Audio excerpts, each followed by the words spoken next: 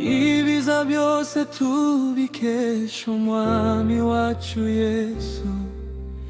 Turashima Imana yabanye natwe mu gihugu cyacu cy'u Rwanda.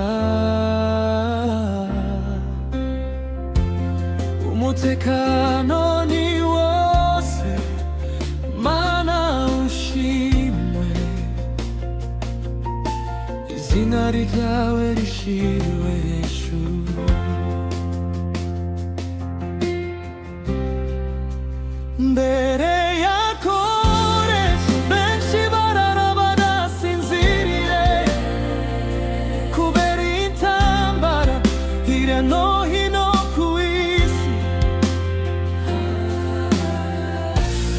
ariko Yesu turagushimira, mu Rwanda rwacu tukararama amahoro, tukasinzira tukizigura izina ryawe. Haleluya, haleluya, Mana yacu turagushimira. Haleluya, haleluya, Yesu izina ryawe rishimwe hejuru.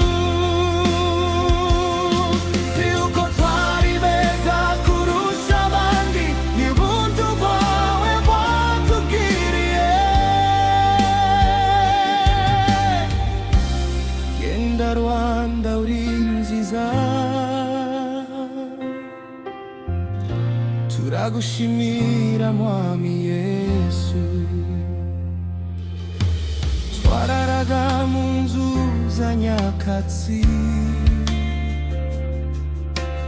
none ubu turara mu mabati.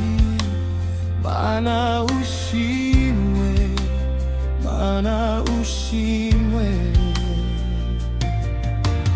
Twari turwaye amavunja, ariko ubu ubuzima bwacu bwarahindutse. Isuku ni yose, Mana ushimwe. Imirimo wakoze iradutangaza, ibikorwa byawe ni byinshi mwami.